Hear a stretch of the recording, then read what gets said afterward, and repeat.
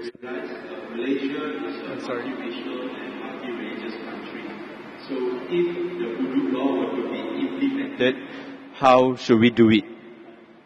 The brother asked the question that Malaysia is a multiracial country. If Hudud law has to be applied, how should it be applied?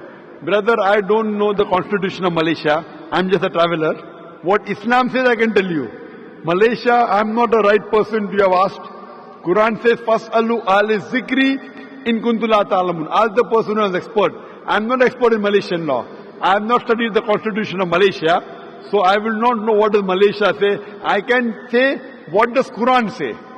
Quran has given capital punishment for certain crimes. That I can comment on. For example, if someone commits rape, in Islam, it's capital punishment.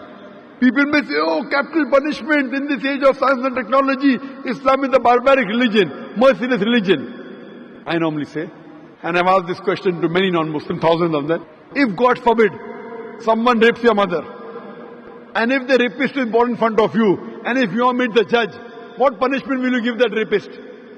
Brother, God forbid somebody rapes your mother, and if the rapist is born in front of you, what punishment will you give him?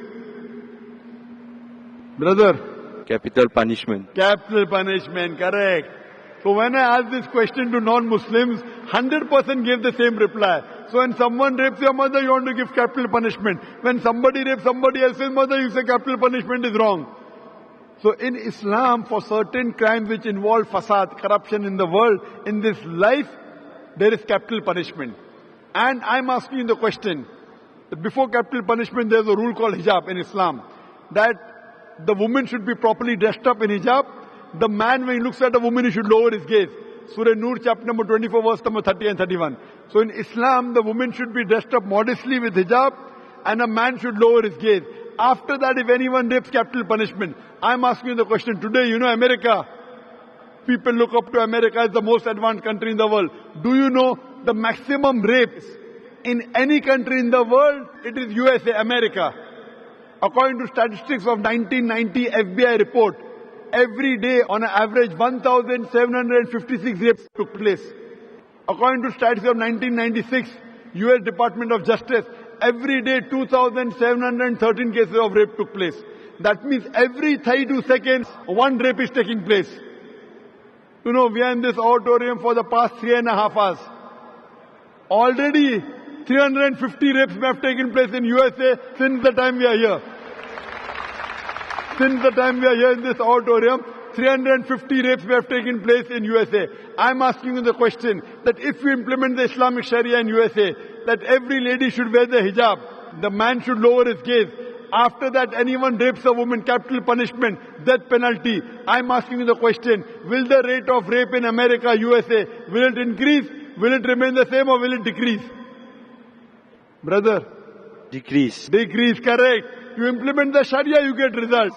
That's the reason certain times you have to give capital punishment. You have to implement the hudud. And if you implement in any country in the world, believe me, the crime will come down.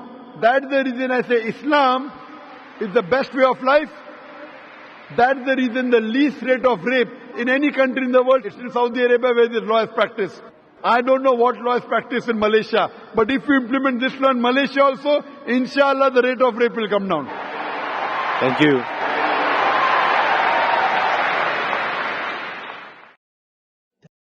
America and Europe may become Muslim countries because of you. But 1,000 zakat, naik.